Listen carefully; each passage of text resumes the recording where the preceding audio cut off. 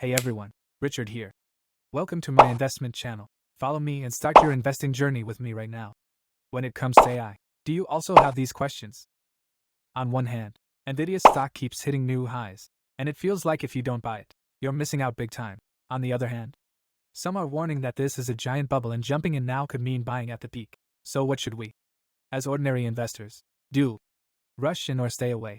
To answer that, we need to distinguish between what's real technology and what's just hype. AI technology itself is revolutionary like pure drinking water. Essential and useful, but its valuation is more like soda water, pumped full of bubbles. Recently, legendary Wall Street investor Jeremy Grantham warned that the AI market is replaying the final chapter of the 2000 internet bubble. Michael Hartnett, chief investment strategist at Bank of America, compared NVIDIA's price-to-sales ratio to Cisco's at the peak of the dot-com bubble, and the similarities are striking. Back then, everyone believed Cisco was the backbone of the internet, but that didn't stop its stock from crashing 80% after the bubble burst. On the flip side, there's the bullish Wall Street view, represented by investors like Cathie Wood, who argue that AI, like the invention of electricity or the rise of the internet, will transform everything around us. It can already generate movie-quality videos, accelerate cancer drug research, and is reshaping entire industries faster than ever. So who should we believe?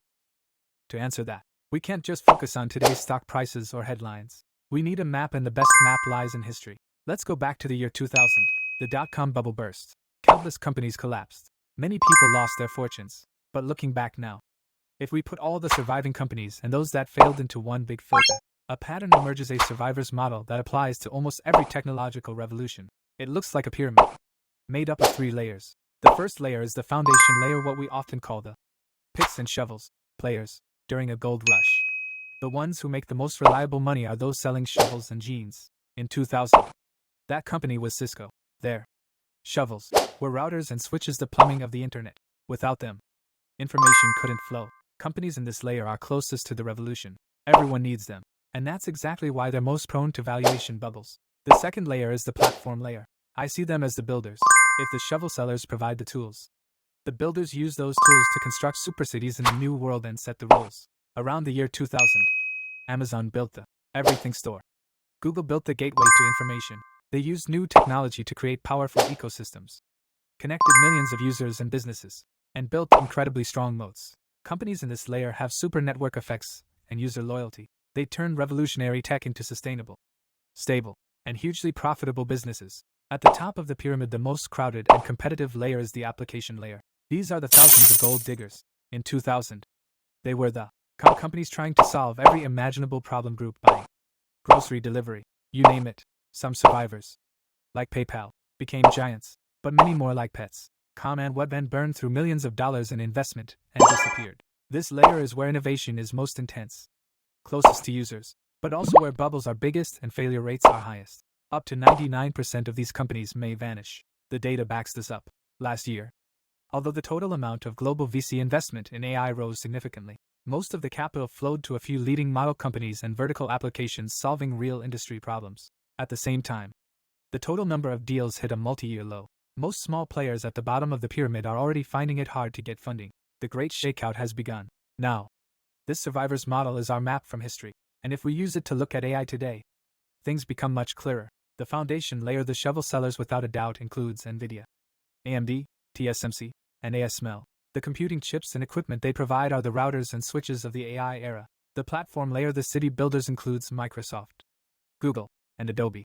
Microsoft is embedding AI into Azure, Copilot, Office, and Windows. Google is integrating its Gemini model into Search and Android. Adobe is building AI image generation right into Photoshop.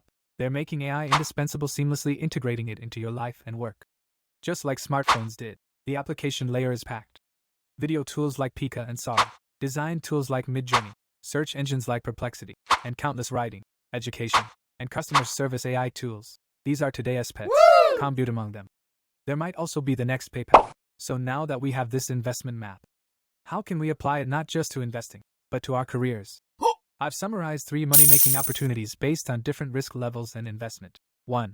Use AI to make your current job more valuable. This is the lowest risk path, suitable for most professionals. Your goal isn't to change careers, it's to use AI to make what you already do 10x more efficient and valuable. In any industry, strive to be the person in the office who knows how to use AI best. It makes you more secure during layoffs and stronger during promotions. Designers should master MidJourney and Stable Diffusion. Editors and marketers should use ChatGPT or Claude for research, analysis, and drafting. Also, focus on developing skills AI can't replace like critical thinking, creativity, and empathy. This path is about leveraging the RS. Only means dividend/bonus, not getting rich overnight, but ensuring your income grows steadily. 2.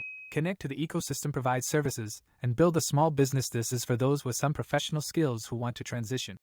Start a side hustle, or launch a small venture. You can offer paid courses, corporate training, or become a KOL reviewing and teaching AI tools. Many people are anxious about AI and don't know where to start. If you can simplify complexity, that's value. You can also develop micro apps based on large model APIs tools that help lawyers with contracts, accountants with reports, etc., and earn through subscriptions. The core here is using your expertise combined with AI to discover small but real market needs that big companies overlook. You may not make a fortune, but with low investment and risk, it's possible to earn steady extra income or even grow it into a sustainable small business. 3. Go all in on AI for entrepreneurs, investors, and top technical talent. This is the highest risk, highest reward path, suited for very few. The goal is to find or become the next Amazon or PayPal. There are two plays here. Invest in or join killer apps. Build your own framework to evaluate AI companies. Do they solve a frequent and urgent need? Do they have a data moat? Is the business model clear? Work on core technology. If you're a top technical talent, dive into algorithms, model optimization, or computing architecture. This is the center of the action and the source of future wealth. So, let's return to the original question. Should we dive into this AI wave or keep our distance? It's not a yes or no question. It's a strategic question of positioning. Valuation bubbles will eventually fade, like the fizz in soda. But the water of AI, the technology itself, will keep flowing and nourish our future world. Our strategy shouldn't be to bet on whether the bubble will burst. It should be to learn and use this new technology, let it work for us.